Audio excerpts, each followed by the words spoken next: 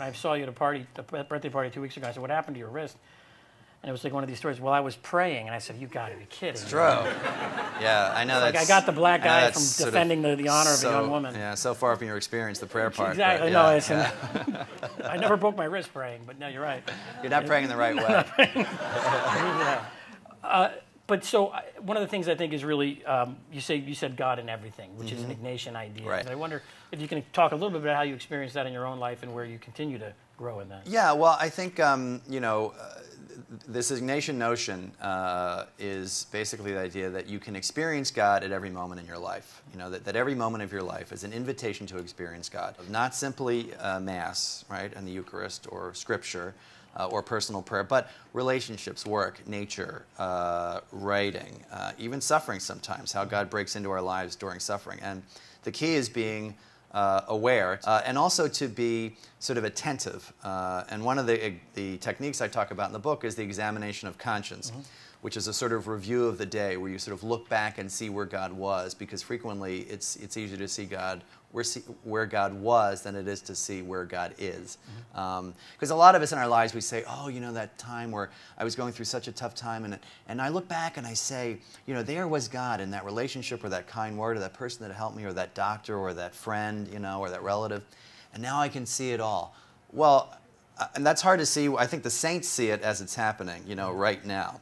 And that's the challenge, to basically sort of be cognizant of where God has been through your day, such that you have a sense of who God is and the flavor of God, such that you can recognize God when God is happening in the present. So I always say, you know, if you have a hard time seeing where God is, look where God was, and then you'll have an easier time seeing God in front of you. Yeah. But it is in all things, and it can be dangerous. I mean, you know, the problem is you end up trivializing everything, like, oh, you know, I took a drink of water and God was telling me this message, but not exactly. But I think it's more likely that you're overlooking, one is overlooking where God is than one is, you know, underlooking. You talk about in the book that it's almost finding God is about noticing. Yes. And can you talk a little bit about that sort of an awareness, and that's one of the things I love about the way Ignatius talks about it, that noticing God in your day. Can you talk a little bit about that? Well, yeah, I'll talk about the examination of conscience, which is a 15-minute prayer Ignatius popularized. I won't say invented. Some people say that, you know, Jesuits take credit for, you know, everything. But, you know, when we invented prayer back in the 16th century. Wait, you guys invented the trap? We invented the trap door, the scrim. Yeah, it's insane. You invented the trap door. We did. Jesuit Jesuit theater. Do you ever want to brag about that? Is that something you have that I mean, first? You know, you should see the royalties. 10 things you didn't know about the Jesuit. So I'm sorry, you were saying. So basically, the prayer that Ignatius popularized is called the examination of conscience, and it's 5 steps. You start with gratitude for your day, you know, which really grounds you, because most of us, if we're looking back on our day, we tend to focus on the negative, right? We tend to focus on, oh my gosh, what a problem this was. At least I do. So Ignatius forces you to be grateful and be thankful and to sort of savor something, anything. I mean, it could be something big, some good news, but, you know, a nice meal you had, a nice conversation with a friend. Then you move into a review of the day, basically, and you just sort of look, you like a movie almost. You sort of replay the day, and you say, you know, that's where I found God. That's where I turned away from God. That's where I didn't accept God's invitation. Then you look at places where you may have sinned. You may express a sense of sorrow, say an act of contrition. You may decide to go to confession. You may decide to reconcile with somebody. And then you sort of ask for grace for the next day. And you say usually an Our Father as a close. So what's the point? The point is that it forces you to look at where God has been. It forces you, in a sense, to notice. And St. Ignatius used to say that even if a Jesuit neglected all their kinds of prayer, you know, accepting the Mass, you know, contemplative prayer or Lectio Divina, readings, he should never exempt the examination of conscience. That's how important he thought it was. And it is, because it's about noticing where God is, finding God in all things. And quickly, you start to realize that God is everywhere. You become very aware of the presence of God. But you really have to sort of force yourself, because our culture is a very sort of quick culture that makes us want to go on to the next thing and not just rest and, as Ignatius said, savor. Right. That's one of his big words. Well, savoring is a good point to talk about. We're talking about summer spirituality, right. Tips for summertime spirituality.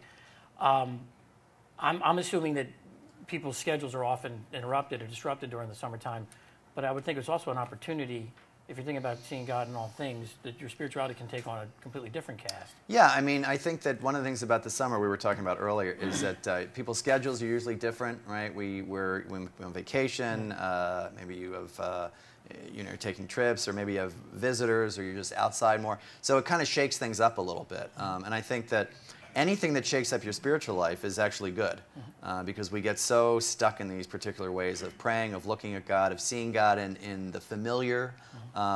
You know, I mean, I think one of the things about Jesus was that you read the Gospels and he was always surprising people, you know, and I think you have this notion of the God of surprises, right, which I love. And so summertime can be a time for surprising encounters with God. But I also want to say that one of the things that people talk to me about during the summer is that their schedules are off, and that makes them feel very sort of discombobulated. And I always say, you know, you pray as you can, right? I mean, you don't have to pray exactly the way that you're praying in the spring, the fall, and the winter. You know, you can pray in different ways. You can pray maybe on the beach. If you're someone who prays inside all the time, maybe think about praying outside. It's scary for people, you know, because it's change and it's a new way of experiencing God. But one of the quotes I have in the book is, if you always imagine God in the same ways, you won't be ready for the new ways that God has in store for you.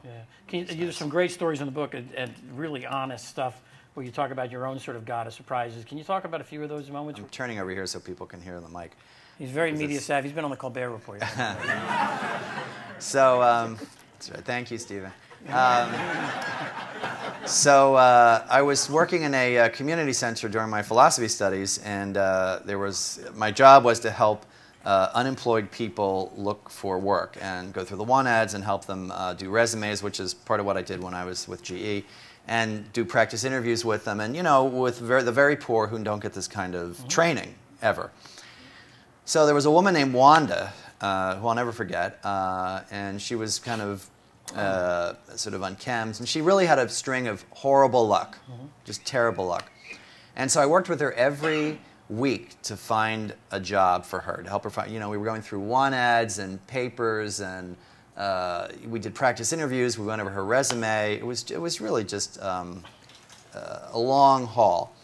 So anyway, one day I was talking to my spiritual director, and he said, you know, how's your prayer? And I started talking about my philosophy studies and my Jesuit community and this and that. And he said, well, what about your work? And I said, well, that doesn't really come up in my prayer too much.